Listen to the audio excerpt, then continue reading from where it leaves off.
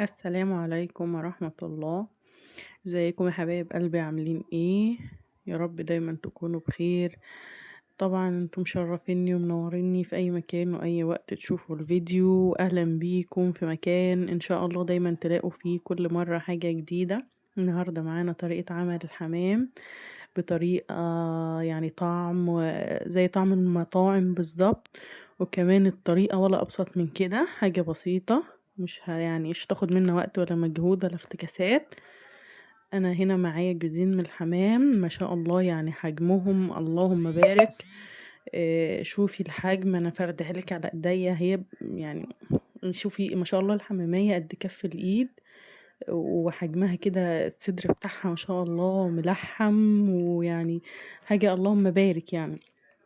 ده حمام رومي، كنت جايباه حمام رومي ونضفته بقى وروقت عليه كده زي ما انت شايفة. يعني دايما كده نضفي حاجتك كويس وعشان ما يبقاش فيها ريحة زفارة ولا فيها اي حاجة. ان شاء الله هنعمله بطريقة سهلة وطريقة بسيطة. بس قبل ما هنبدأ هنعمل فيه كده خطوة بسيطة الأول علشان خاطر نحسن من طعمه. أنا هنا جبت طبق فيه مية وحطيت فيه معلقتين خل وعصرتين ليمون وكمان حبة دقيق، معلقتين دقيق كده، دقيق عادي اللي احنا بنستخدمه، الدقيق الأبيض ده، أي دقيق موجود عندك. ونزلي الحمام بتاعك فيه أي حاجة، يعني لحوم أو أي حاجة. انقعيها دايما قبل ما تشتغلي بشوية. انا نقعتها يعني من ربع ساعة لنص ساعة بس، ما طولتش. بعد كده اشتغلت فيها على طول. هنا انا كنت شطفتهم بقى، طلعتهم من المحلول بتاع النقع بتاعهم وشطفتهم وركنتهم كده معايا على جنب، وهنبدأ نحضر المقادير بتاعتنا. معايا 4 بصلات، البصل اللي عندي هنا متوسط مايل للحجم الصغير، يعني انا كانش عندي بصل كبير عشان بس ما تحطيش حاجة تطلع كتير. عندي 4 بصلات متوسطين صغيرين، وضربتهم في الكبة. يعني الحجم بتاعهم ما يكونش اللي هو ناعم او مش تهريه او في الكبة اللي هو يبقى زي المبشور، ولا تسيبيه كبير. خليه كده اكنك مقطعه على ايدك بالسكينة، يعني قطعية صغيرة كده وجميلة زيكم. فهنحط عليه بقى هنا، ننزل بالتوابل بتاعتنا. حاجات بسيطة خالص. هنحط رشة ملح. هنا الرز انا كنت غاسلة مج من الرز او كوباية، وهنزل بالبصل عليها. حطيت فلفل اسود بس وكمون والملح، ظبطت الملح بتاعه. هنا نزلت بتلتين البصل كده وخليت التلت عشان احطه في المية اللي هنسوي فيها الحمام. وحطيت شوية من الزيت، واللي بحطه دي كان الحمام ما شاء الله كان فيه دهون كده. انا شلت الدهون دي وحطيتها على الرز، بصراحة يعني بتدي للرز طعم فظيع. ما عندكيش الحمام بتاعك يعني ما فيهوش دهون، يا ست الكل شوية زيت شوية سمنة بلدي، اي حاجة الموجودة عندك، ما توقفيش نفسك على حاجة. هنبدأ كده مع بعض نحشي الحمام.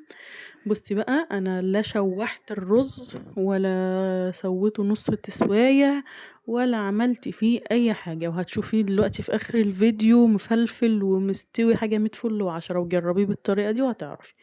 هنا طب اظبط الرز في الحمامة ازاي عشان لا يبقى ني ولا يبقى معجن؟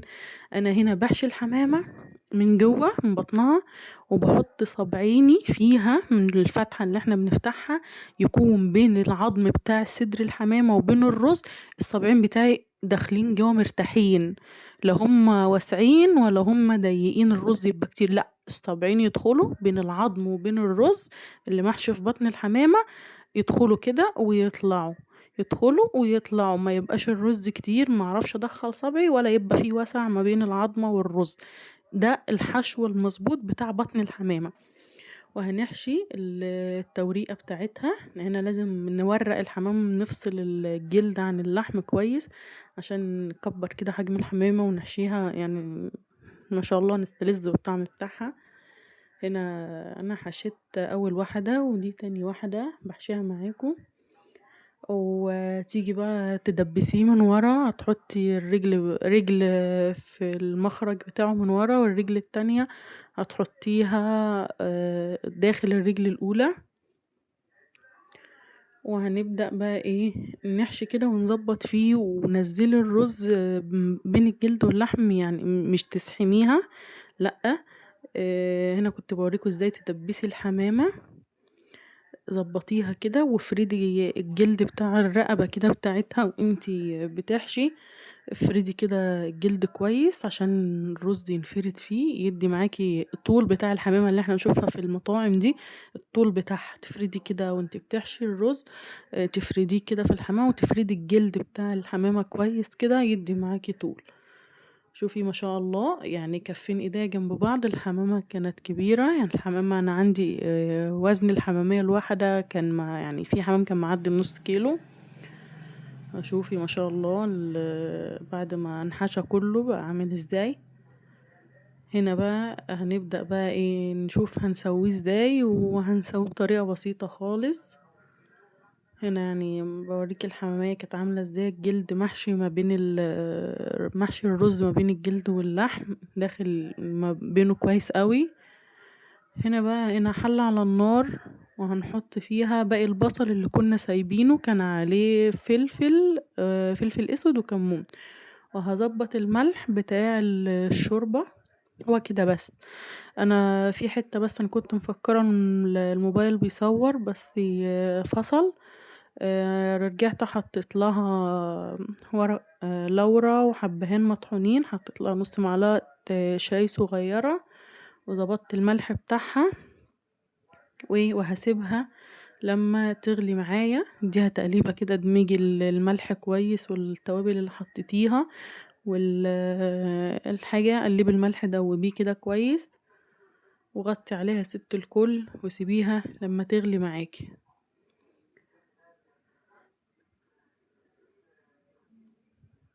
كنت بقولك يعني هنرجع نسقط الحمام. هنا ما شاء الله الشوربة بتاعتنا غلت، والريحة يعني ريحة البصل بالتوابل. وانتي البصلة اللي بتخرطيها دي دعكيها كويس قوي كده، خليها تنزل ميتها. بصي وانتي بتحطي بقى الحمامة افردي كده الجلدة، شوفي بصي انا كنت زي ما انتي شايفاني اعملها على ايديا كده. بصي افردي الرز حلو قوي في الجلد بتاع الحمامة كده، ونزليها كده مفرودة، عشان يفضل معاكي ياخد السوا بتاعه على الوضع ده اللي هو المفروض فيه، يفضل مفروض كده ويديك الطول بتاع الحمام. وفي كمان ممكن تبقى تضغطي عليها شوية، بس انا بصراحة ما بحبش اضغط عليها، بخاف الجلد بتاع الحمامة ده ينقطع مني هيبوظ منظرها. اللي هو تدكيها شوية زي ما بيقولوا، او تكبسيها شوية، بس انا ما بعملش الخطوة دي. بس والله بيطلع حلو وشكله حلو وطعمه حلو، يعني حاجة ما شاء الله هتنبسطي منها وهتعجبك. هنا هنسيبه بقى لما يستوي. هنا كنت بوريكي يعني ايه دخل على نص سوا، يعني بتسيبيه حوالي ربع ساعة ولا حاجة أو تلت ساعة على نار عالية زي كده. بعد ما يغلي، يعني بعد ما يغلي تسيبيه مثلا تلت ساعة نص ساعة يغلي على النار العالية. بعد كده بقى بروح موطياله النار، يعني شمعة صغيرة خالص، واسيبه بقى اغطي عليه واسيبه يستوي على الهادي خالص مع نفسه بقى كده. هو ما شاء الله اصلا يعني ما خدش ساعة زمن معايا على النار وكان استوى. انا كنت بوريكي ما شاء الله ازاي نعرف الحمامية ان هي استوت. بصي بمسك الجناح بتاعها تلاقيه بصي زي بيتهري في ايديكي، يعني تمسكي كده تبصي تلاقيها اتقطعت معاكي بكل سهولة دوك بصبعك. وشوفي برضو في الورك بتاع الحمامة، شايفة ما شاء الله يعني دايبة دوب على النار الهادية. النار الهادية دايما يا بنات بتسوي كل حاجة والله، يعني النار العالية دي ما بتسويش، بتحرق الحاجة وبتاخد معانا يمكن وقت اكتر ما الحاجة تستوي على نار هادية كده. على هادية زبادي زي ما بيقولوا كده، يعني سيبي الحاجة تاخد وقتها براحتها كده، وهتطلع معاكي احلى بكتير من ما هي تبقى على نار عالية. هنا طلعت كل الكمية بتاعتي بقى، وعلى في طاسة بقى على النار يا ست الكل. عايزة تحمري في سمنة تمام، عايزة تحمري في حتة زبدة تمام، عايزة تدهني وشها سمنة او زبدة او زيت وتدخليها في الفرن تحت الشواية تمام، براحتك بقى يا ست الكل عيشي. تحمير بقى يعني زي ما تحبي، وكل شيخ وله طريقة زي ما بيقولوا، والأكل دايما طبعا أذواق، وكلنا يعني اللهم بارك لنا في حاجتنا، وبألف هنا وشفا على قلوبنا كلنا أيا كان ايه الحاجة اللي بنعملها. هنا ما شاء الله يعني خدت اللون الذهبي الجميل ده، نقلب فيها. هنا يعني شايفة ما شاء الله اللهم بارك يعني. عشان انا حطيت اتنين اتنين، لقيت المساحة اللي كانت في الطاسة مش هتاخد الحمامية التالتة. وهنا بقى يعني اللحظة الحاسمة زي ما بيقولوا، ما شاء الله شوفي السرفيس حجمه متوسط، وكان يدوبك واخد التلات حمامات، معرفتش احط الحمامة الرابعة والله. وحجم السرفيس مش صغير، ده حجمه متوسط يعني، مش هقولك كبير، لا حجمه متوسط. هنا بقى هوريكي، هفتحلك واحدة واوريكي السوا بتاع الرز. احنا لا سويناه نص تسواية، ولا شوحناه، ولا حطينا له شوربة، ولا نقعت حتى الرز، اوعي تنقعيه والله، غسلته على طول، وبالبصلة على طول نزلت عليه، وشوية زيت وحشيت، وكانت الدنيا تمام. انا هنا والله لهلبت ايديا مش عارفة اكسرها يعني، بس يعني مفيش حاجة تعصى علينا يعني، الجيش قالك اتصرف وتصرفنا.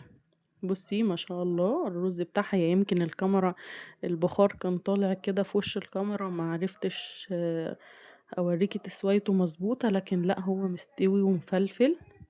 اقرب لك الحمامية دلوقتي وهتشوفي.